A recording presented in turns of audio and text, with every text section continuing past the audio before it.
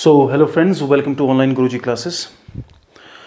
तो फ्रेंड्स, कल आपने सुना होगा कि गवर्नमेंट एक नया कॉन्सेप्ट लेके आई है, नेशनल रिक्रूटिंग एजेंसी और कॉमन एलिजिबिलिटी टेस्ट नाम से। तो 2019-20 के बजट में इसकी घोषणा की गई थी। और आप अब देख सकते हैं सोशल मीडिया का पावर कि हम लोगों ने RRB NTPC exam date hashtag trend करवाना शुरू किया। बहुत लोगों का सहयोग मिला, वो ट्रेंड होना शुरू हुआ। और देखिए, प्रेशर गवर्नमेंट के ऊपर जरूर बना यहाँ पर प्रेशर। और आप टाइमिंग देखिए, बिल्कुल एक दिन के बाद तुरंत ही इस चीज़ को अनाउंस कर दिया गया।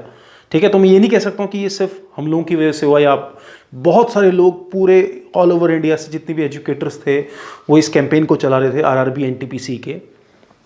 तो कहीं ना कहीं कहने का मतलब क्या है कि अभी आरआरबी एनटीपीसी की जो आग भड़की है स्टूडेंट्स के लिए, कि मतलब स्टूडेंट्स के द्वारा स्टूडेंट्स जो आक्रोशित हैं उसको दबाने के लिए एक बहुत अच्छा फॉर्मूला यहाँ पे तैयार कर दिया गया है।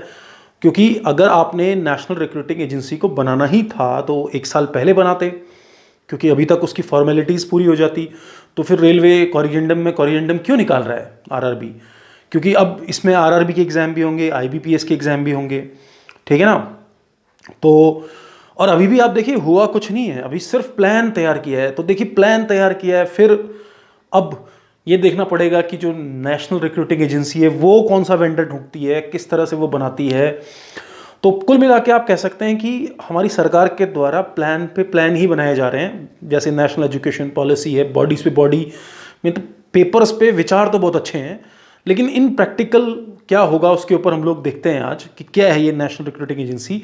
लेकिन सबसे बड़ा मुद्दा यही है, हमारा मुद्दा ये नहीं है। अगर ये होगा अच्छी बात है, हो जाए तो बढ़िया है, पर हमें सिर्फ एक बात से मतलब है कि आरआरबी एनटीपीसी एग्ज़ाम कब होगा। अगर आपने अगर इस तरह की कोई एजेंसी बनानी थी पहले से ही, तो आपने फिर उसके फॉर्म क्यों भरवाए? और सबसे इंपॉर्टेंट सवाल है कि इस बार का आरआरबी एनटीपीसी क्या एनआरई के थ्रू होगा या फिर उसको आरआरबी ही करवाएगी? ये सबसे बड़ा मुद्दा है, इससे हमें भटकना नहीं है। समझा कि नहीं है? क्योंकि अगर वो कॉमन एलिजिबिलिटी टेस्ट के थ्रू अगर हुआ तो आप समझ लीजिए उसमें 6-7 महीने और लग जाएंगे, क्योंकि अभी ये बॉडी बनेगी, इसका सिस्टम तैयार होगा, इसका स्ट्रक्चर तैयार होगा, ठीक है ना। तो ये बड़ा अच्छा एक फॉर्मूला निकला हुआ है कि लोग थोड़े से भड़कें तो उनको एक बढ़िया सा प्लान और पावर पॉइंट प्रेजेंटेशन दे के शांत कर दो। तो आज हम इसको समझेंगे कि ये एक्चुअली में है क्या। और आप लोग बिल्कुल उस चीज़ पे अड़े रहिए, हम अभी भी बिल्कुल यही पूछेंगे, hashtag RRB NTPC exam date, इससे हमें भटकना नहीं है। आप देखिए जो मैंने आपको बताया है, 22 अगस्त को सैटरडे 9 से 11 मास लेवल पे ट्वीट हो जाने चाहिए 10 से 15 लाख, ठीक है ना। ये इसका जवाब नहीं है, क्योंकि ये तो एक एजेंसी है जिसको बनने में 1 साल तो लगभग लग ही जाएगा, ठीक है। लेकिन ये 18 महीने से जो रुका हुआ है, या तो आप 18 महीने में इसी को बना लेते, ठीक है ना, ताकि एग्जाम हो जाता है इसका, ठीक है। और 18 महीने में अगर आप इसको बना रहे थे तो फिर कोरिजेंडम पे कोरिजेंडम क्यों निकाल रहे हैं? तो ये तो मेन मुद्दा है ही। अब मुद्दा आते हैं कि एनआरए का कॉन्सेप्ट है क्या। तो ये कॉमन एलिजिबिलिटी टेस्ट होगा पूरे देश में। जितने भी सेंट्रल गवर्नमेंट के ग्रुप बी और ग्रुप सी के जो एग्ज़ाम होंगे वो इसके द्वारा कंडक्ट करवाए जाएंगे। इसमें एसएससी, रेलवे और उन्होंने बैंकिंग को भी अब शामिल कर दिया है, ठीक है ना। लेकिन ये पूरी तरह से वन स्टॉप सॉल्यूशन नहीं है, क्योंकि ये सिर्फ टियर 1 एग्ज़ाम होगा। टियर 1 का मतलब एक तरह का स्क्रीनिंग टेस्ट होगा। सरकार क्या करना चाहती है, इतना बढ़िया स्क्रीनिंग टेस्ट ये बनाना चाहती है कि जितने भी कैंडिडेट हैं उसमें सिर्फ 5% ही रह जाएं अगले लेवल के लिए। मतलब अगर 100 लोग इसको भर रहे हैं तो केवल 5 लोग सिलेक्टेड होंगे नेक्स्ट टियर के लिए, जो कि टियर 2 और टियर 3 होगा। अब ये टियर 2 और टियर 3 क्यों होगा? ये तो कॉमन एग्जाम होगा, ठीक है ना। टियर 2, टियर 3 इन एजेंसीज के एग्जाम होंगे। जैसे आईबीपीएस है, उसमें बैंकिंग आती है, तो आप टियर 1 यहां से क्वालिफाई करोगे, टियर 2 फिर आईबीपीएस एग्जाम करवाएगा, इसका भी वो एग्जाम करवाएगा, रेलवे अलग करवाएगा, एसएससी अलग करवाएगा। कहने का मतलब क्या है कि जो टियर 1 एग्जाम में जो अलग अलग एजेंसीज में भीड़ हो जाती है, बच्चे अलग अलग फॉर्म जो सबमिट करते हैं कि भैया आईबीपीएस का फॉर्म अलग है, एसएससी का फॉर्म अलग है, रेलवेज का फॉर्म अलग है, तो वो सब सब झंझट खत्म हो जाएगा। अब आपको एक ही एग्ज़ाम देना पड़ेगा टीयर 1 के लिए। मतलब कुछ नया नहीं है। टीयर 2 तो अभी भी आपको देना ही पड़ेगा, लेकिन क्या होगा, इससे सरकार का काम थोड़ा आसान हो जाएगा कि टीयर 2 में जब बच्चे एग्ज़ाम देंगे तो कम बच्चे होंगे, और कम बच्चे होंगे तो एग्ज़ाम करवाने में सहूलियत होगी, और एग्ज़ाम करवाने में सहूलियत होगी तो रिज़ल्ट ज़रा जल्दी आएगा और उसमें करप्शन के चांसेस भी कम होंगे, ऐसा मानना है गवर्नमेंट का। समझ में आया कि नहीं है? और गवर्नमेंट ये बोल रही है कि साल में 2 बार ये एग्ज़ाम होगा, ठीक है, और 3 स्तर पे होगा, जैसे एसएससी वगैरह के एग्ज़ाम होते हैं, ठीक है ना, +2 लेवल के, ग्रेजुएट लेवल के।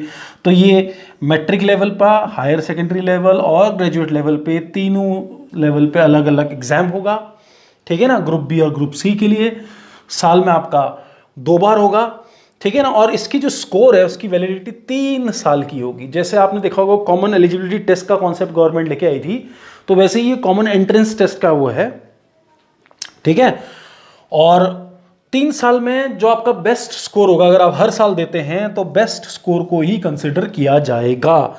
यानी कि अगर आपका एक बार में बहुत बढ़िया बेस्ट स्कोर आ चुका है तो अगले 3 साल तक जितनी भी वैकेंसीज आएंगी टीयर 2 और टीयर 3 एग्जाम के लिए अलग अलग एजेंसीज में, तो आपको सिर्फ वही एग्जाम देना होगा, क्योंकि आपने टीयर 1 तो इसके थ्रू क्वालिफाई कर ही लिया है। अब देखिए मैं थोड़ा सा इसको समझा देता हूँ किस तरह से इसका स्ट्रक्चर होगा। तो इसके लिए मुझे थोड़ा सा इसको मिटाना पड़ेगा। आई होप आपने समझ लिया होगा सारी टेक्निकल डिटेल। अब देखिए आप,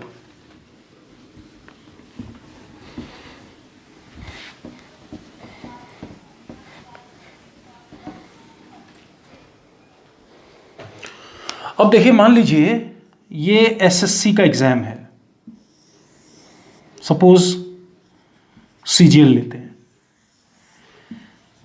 ये आरआरबी एनटीपीसी है और ये आपका बैंक है आईबीपीएस के थ्रू। क्लियर? आई बात समझ में कि नहीं आई? तो अब जो सीईटी होगा वो होगा स्टेज 1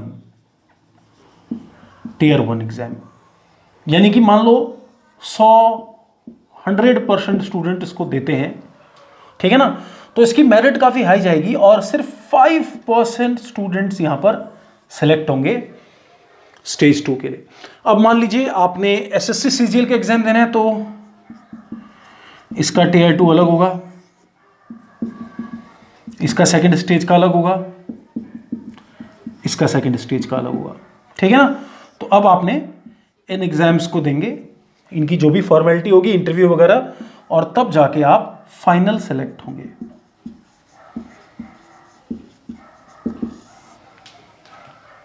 तो ये इसका कॉन्सेप्ट है, ठीक है। और ये मैंने आपको पहले बताया कि 3 साल की इसकी वैलिडिटी होगी। देखिए कॉन्सेप्ट तो बहुत बढ़िया है कि आप लेके आ रहे हैं, पर सबसे इंपॉर्टेंट बात क्या है, टाइम फ्रेम, कि कितने टाइम में ये एजेंसी फुली फंक्शनल होना शुरू हो जाएगी, ठीक है ना। और क्योंकि अब देखिए पहले क्या होता था, अलग अलग एग्जाम होते थे, तो कुछ बच्चे एसएससी देते थे तो रेलवे नहीं देते थे, कुछ बच्चे रेलवे नहीं देते थे तो बैंक नहीं देते थे। अब इन्होंने देखिए कितना बोझ बढ़ा लिया, अब इसको हर कोई भरेगा।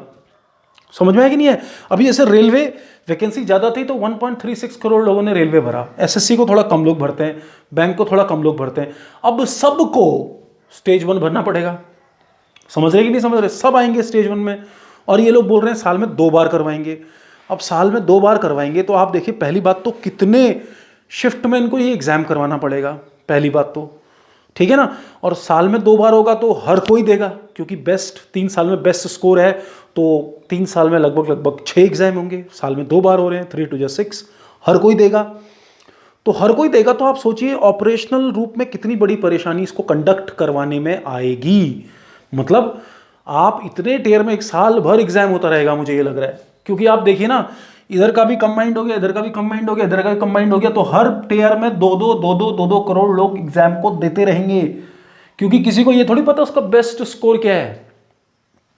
हो सकता बेस्ट स्कोर तो मान लीजिए 200 नंबर का एग्जाम है तो 200 में से 200 ही बेस्ट होगा ना, भले आपके 180 भी अगर आए हैं 200 में से, तो आप अगली बार भी एग्जाम देंगे, उसको इंप्रूव करने की कोशिश करेंगे, क्योंकि हो सकता है अगली टाइम पे पेपर इजी आ जाए और मेरिट 180 से ऊपर चला जाए। आप समझ रहे हैं ना मेरी बात? मतलब सरकार ने कुल मिला के अपने लिए ज़्यादा बोझ खड़ा कर दिया है इसमें, ठीक है।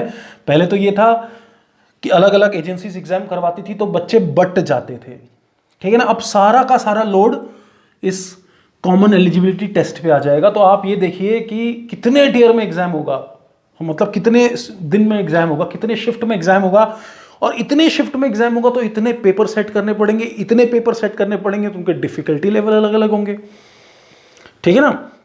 और होगा ये सब ऑनलाइन। तो इसके लिए सबसे बड़ी बात तो यही है कि क्या गवर्नमेंट अपनी कोई एजेंसी एनआईसी के थ्रू बनाती है या फिर किसी को हायर करती है, ठीक है ना। तो अब जो मेन चीज़ था कि इधर तक तो छोड़िए, अब मेन जो मुद्दा है वो यहाँ पर आ गया है। अच्छा, दूसरी बात क्या है कि बच्चे बैंक के लिए अलग पढ़ते हैं, एसएससी के लिए अलग पढ़ते हैं, हर चीज़ के लिए अलग अलग रिक्वायरमेंट है एग्जाम की। तो वो रिक्वायरमेंट तो टियर 2 में है, टियर 1 में सबको एक जैसा पढ़ना पड़ेगा, चाहे वो बैंक वाला हो। तो इसका सिलेबस क्या होगा, समझ रहे हैं। तो अभी तो ये आरआरबी, एनटीपीसी और जो बाकी एग्जाम्स करवाने की मांग है, मैं समझ रहा हूँ कि पॉलिटिकल मूव है, गवर्नमेंट ने एकदम से उसको इम्प्लीमेंट कर दिया, अनाउंस कर दिया। पर जब इम्प्लीमेंट करेंगे तब इनको पता चलेगा कि इम्प्लीमेंट करना कितना मुश्किल है। सिलेबस आप कहाँ से लेके आओगे भाई साहब, ठीक है ना। अंग्रेजी उसमें रखोगे कि नहीं रखोगे, क्योंकि अंग्रेजी आरआरबी वाला अंग्रेजी नहीं करता है, एसएससी वाला अंग्रेजी करता है, तो हो सकता है उसमें से भाषा हटानी पड़े, ठीक है ना। मैथ्स, रीजनिंग, जनरल स्टडीज़, फिर जनरल स्टडीज़ के साथ भी वही है, एसएससी का बच्चा डीप में जनरल स्टडीज़ पढ़ता है थोड़ा सा, रेलवे वाला भी पढ़ता है, बैंकिंग वाला सिर्फ करंट अफेयर्स पे फोकस करता है, ठीक है। तो ये बहुत सारी व्यवहारिक आपकी परेशानियां हैं, इसीलिए मैं बोल रहा हूँ कि इसमें कम से कम 1 साल तो लग ही जाएगा। लेकिन हमें सिर्फ अभी फोकस करना है जो करंट एग्जाम्स हैं, जिनके नोटिफिकेशन आए हैं। अगर गवर्नमेंट बिल्कुल ऐसा लाना चाहती है तो आप सोच समझ के लाइए, आराम से लाइए, लेकिन टाइम लीजिए, ठीक है ना। चुनावी जुमला मत बनाइए इसको कि एकदम से आपने रोल आउट कर दिया। और सारे बच्चे बेवकूफ़ नहीं है कैंडिडेट, वो भी समझता है कि फॉर्म भरा है तो एग्ज़ाम होगा ही होगा।